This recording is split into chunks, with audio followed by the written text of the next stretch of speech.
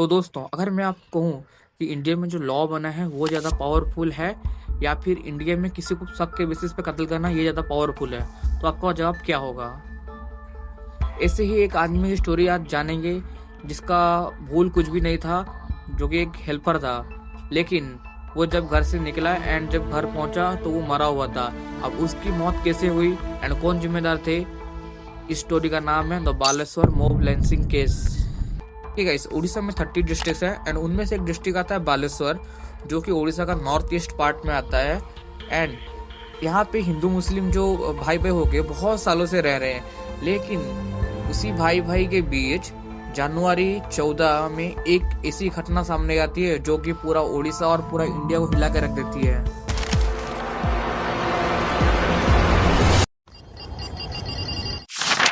दोस्तों, अब जानेंगे इस केस के main victim SK Makandar Mohammad की। आखिर वो कौन थे? ना वो कोई क्रिमिनल थे या फिर कोई बड़े गैंग का हिस्सा थे या फिर कोई पार्टी वर्कर थे।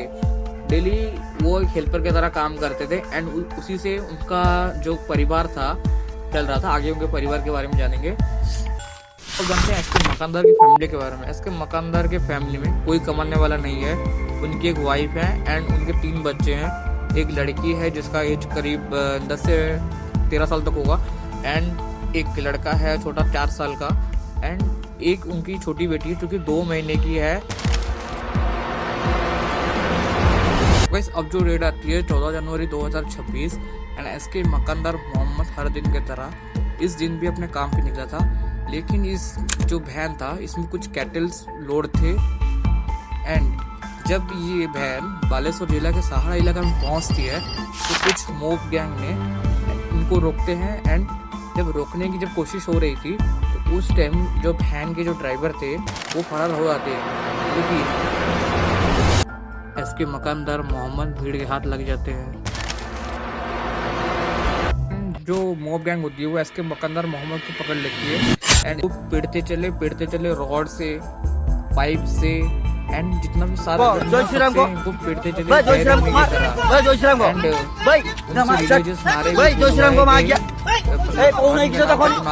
लगाते हैं। यहाँ तक वो नारा भी फिर भी वो पीटते चले यहाँ तक गिर भी गए, लेकिन फिर भी पीटते चले एंड बहुत पिटाई की। वहाँ पे पहुँचती है एंड जो मकानदार मोहम्मद होते हैं उनको लेके एडमिट करते हैं बालेश्वर हॉस्पिटल में एंड जब तक वो एडमिट करा रहे होते हैं एंड बॉडी की इतने इंजुरीज से डॉक्टर भी उनको बचा नहीं पाए, क्योंकि इंजुरी के कारण इसके मकानदार की मौत हो जाती है। अब यहाँ पे बात यह होता है कि एक आदमी घर से सही सलामत निकला, लेकिन शाम को वो जिंदा नहीं पहुँचता, वो शाम को मुर्दा पहुँचता है। मीडिया पे इसकी जो वीडियो वायरल हो रही है उसमें क्लियर ये शो कर रहा है कि ये आदमी मर चुका है, ऑब्वियसली मर चुका है। जितना इनको मारा गया है ना, ये मर चुका है, लेकिन फिर भी पुलिस जो है इस केस को मॉब लिंचिंग का केस नहीं बना के एक एक्सीडेंट केस बना के पहले एफआईआर में दर्ज करती है। जैसे ही उनकी मौत होती है ये केस और भी सीरियस होने लगता है। पुलिस ने जो अपनी पहली एफआईआर दर्ज की उसमें ये मेंशन किया कि ये एक रोड एक्सीडेंट से मौत था। Road accident, no mob, no lynching, no crime, no murder. यहाँ पे मेन जो सैल्यूट होती है वो जाती है इसके मकानदार के भाई को, क्योंकि उन्होंने इतना रिस्क लेके ना ही किसी के डर या फिर दबाव में आके वो डायरेक्ट पुलिस में जाते हैं और वहाँ पे एफआईआर लिखाते हैं कि ये कोई रोड एक्सीडेंट नहीं है, इनको मोब ने मारा है। तो फिर पुलिस अपने एफआईआर में ये चीज़ डालती है कि killed by mob, assaulted by mob, ऐसा कुछ कर डालती है एंड भारतीय न्याय संहिता सेक्शन 103 लागू करती है, यानी कि BNS 103 उस केस में धारा चलता है। देश के चैनल्स हैं और उड़ीसा के लोकल चैनल्स हैं। उड़ीसा के लोकल चैनल्स तो मैं बात ही नहीं करूँगा क्योंकि उड़ीसा के लोकल चैनल जितने भी हैं, मतलब बड़े बड़े चैनल्स हैं, उन्होंने इस केस के बारे में एक जरा कुछ भी नहीं बोला।